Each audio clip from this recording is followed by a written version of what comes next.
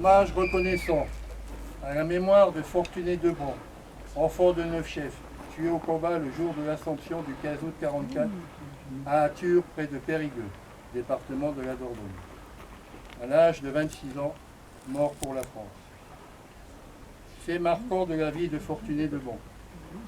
Né le 23 novembre 1917 à Klosterlé, petit village à la frontière italo-autrichienne, il arrive à Hayange avec sa maman à l'âge de 3 ans et sera par la suite hébergé chez la famille Tosi, 6 22 rue du Conroy, avec son cousin Rodolphe Tosi, lui aussi grand patriote résistant. Il passe son enfance sur les bancs de l'école de Neufchef. Son inspiration est dès l'âge de 13 ans, travaille comme commis de ferme chez les cultivateurs de la commune. Ceux qui l'ont connu gardent de lui le souvenir d'un jeune homme enjoué, travailleur et serviable. En novembre 1940, les familles Debon et Tosi font partie de la première vague d'expulsion, comme bon nombre de familles de Neufchef, et se retrouvent à Cress en Dordogne. Profondément anti-allemand, hostile à l'occupant, le jeune Fortuné Debon entre dans la clandestinité.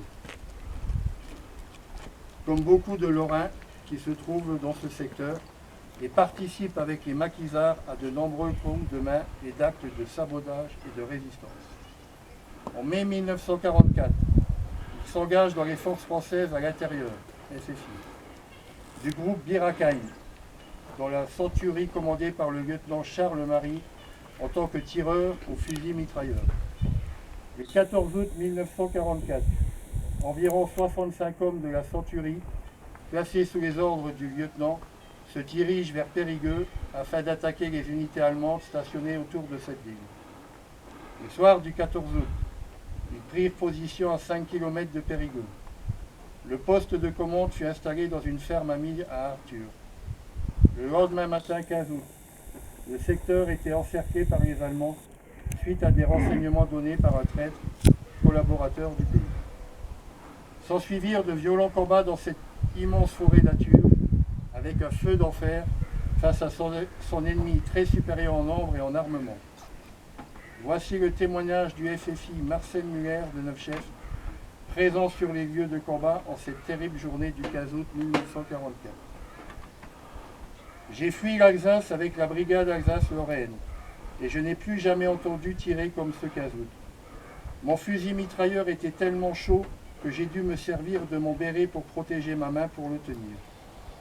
Dans la matinée du 15 août, Fortuné Debon tombait avec son fusil mitrailleur après épuisement de munitions sous les balles des Allemands avec son compagnon, le caporal René Stoffel. Le bilan de cette journée du 15 août sera lourd pour la résistance, avec 6 résistants tués, sauvagement torturés et assassinés, appartenant tous à la brigade Alsace-Lorraine, groupe Bir Hakeim.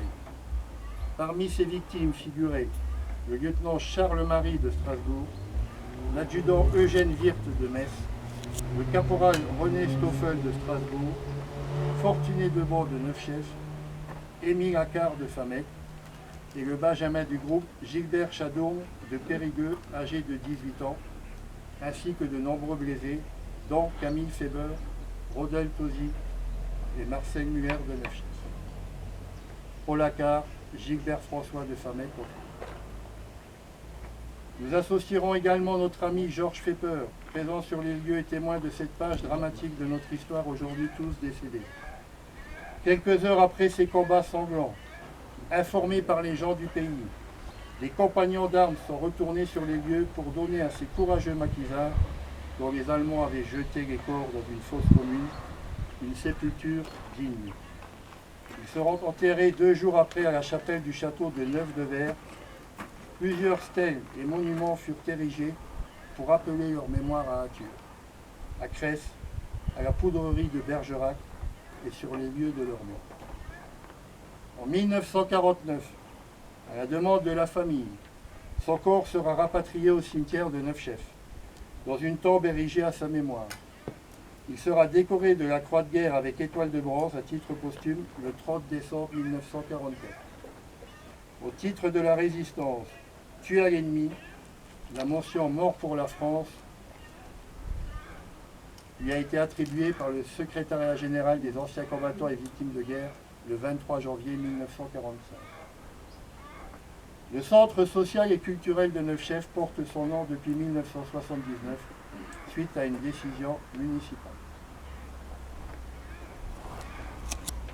Dépôt de gerbe. Monsieur Sestori.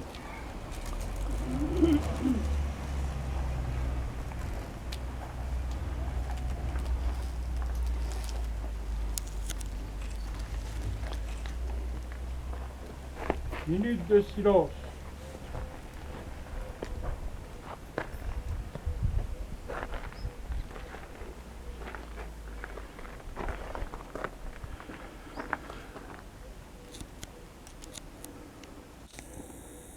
L'hymne national.